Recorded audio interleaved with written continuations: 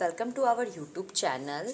मैं हूँ सृष्टि। आज जो होता है ना, हम आप लोगों को ना एक नए एक्सपेरिमेंट सिखाएंगे। ये साइंस का एक प्रैक्टिकल एक्सपेरिमेंट है जिसमें जो मैग्नीशियम रिबन होता है ना, तो उसको हम लोग क्या करते हैं, उस मैग्नीशियम रिबन को ना हम लोग क्लीन करते हैं। ठीक है, मैग्नीशियम रिबन को जब हम लोग ऑक्सीजन के साथ रिएक्ट करवाएंगे तो इस सिचुएशन में क्या होता है ना, जब मैग्नीशियम का जो रिबन होता है, जब हम लोग उसको ऑक्सीजन के प्रेजेंस में जलाते हैं तो इन दिस केस क्या होता है, मैग्नीशियम जो होता है वो हमारा ऑक्सीजन के साथ रिएक्ट करता है। ठीक है, मैग्नीशियम जब ऑक्सीजन के साथ रिएक्ट करेगा तो क्या प्रोड्यूस करेगा, आपका मैग्नीशियम ऑक्साइड प्रोड्यूस करेगा। तो इसी चीज़ के बारे में पढ़ेंगे।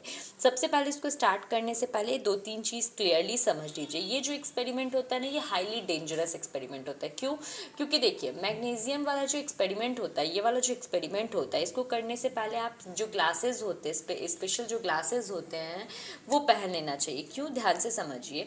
जब हमारा मैग्नीशियम का रिबन को जब हम लोग ऑक्सीजन के प्रेजेंस में जलाते हैं तो उस सिचुएशन में क्या होता है, हमारा जो मैग्नीशियम होता है वो हमारे ऑक्सीजन के साथ रिएक्ट करता है और क्या प्रोड्यूस करता है, तो मैग्नीशियम ऑक्साइड प्रोड्यूस करता है। तो इन सिचुएशन में क्या होता है, ये हाईली एक्सोथर्मिक होता है। हाईली एक्सोथर्मिक होने का मतलब क्या है, बहुत ज़्यादा अमाउंट में हीट एनर्जी रिलीज होता है। और अगर जो होता है हीट, अगर हम लोग क्या करें ना, अगर अपने चेहरे को अच्छे से ढक के ना रखें, अगर अपने आँखों को ढक के ना रखें, तो वो जो एनर्जी होता है वो हमारे आँख में चला जा सकता है और हम लोगों को काफ़ी तकलीफ दे सकता है। तो देखिए क्या बोला जा रहा है, क्वेश्चन क्या है, this activity need the teacher assistance, it would be better if the student wear a suitable eye glasses. ये जो एक्सपेरिमेंट है ना, इसमें टीचर का रिक्वायरमेंट है। विदाउट टीचर के आप ये मत कीजिए, और अगर आप कर भी रहे हैं तो सनग्लासेस, अच्छा सनग्लासेस पहन लीजिए।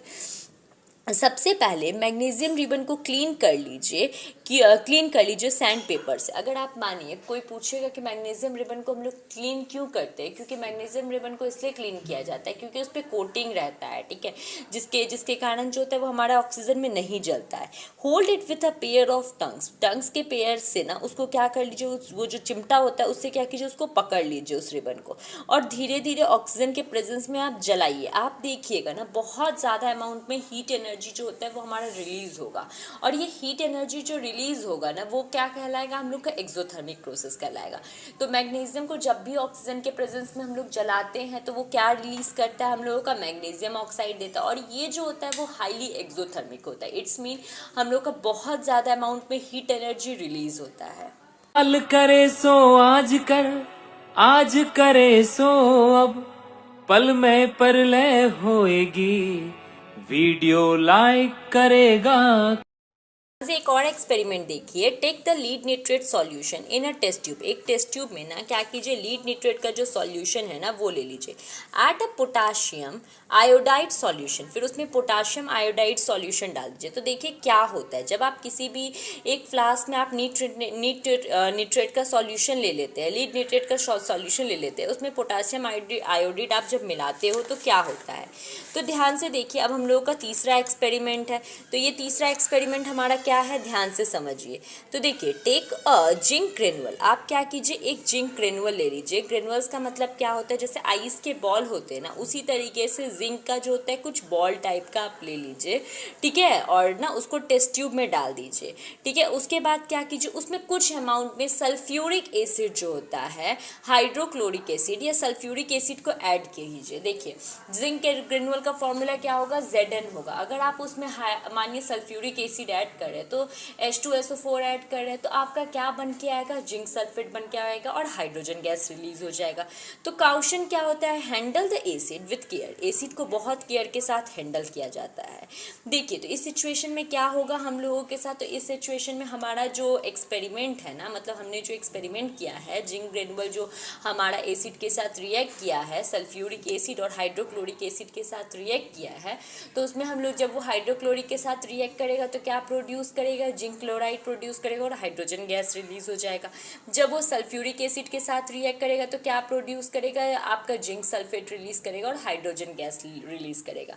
अभी हमने ना पीछे एक एक्सपेरिमेंट पढ़ा था 1.2 में, क्या था कि जब हम लोग का लीड निट्रेट का फॉर्मूला क्या होता है, PbNO3 होता है आपका।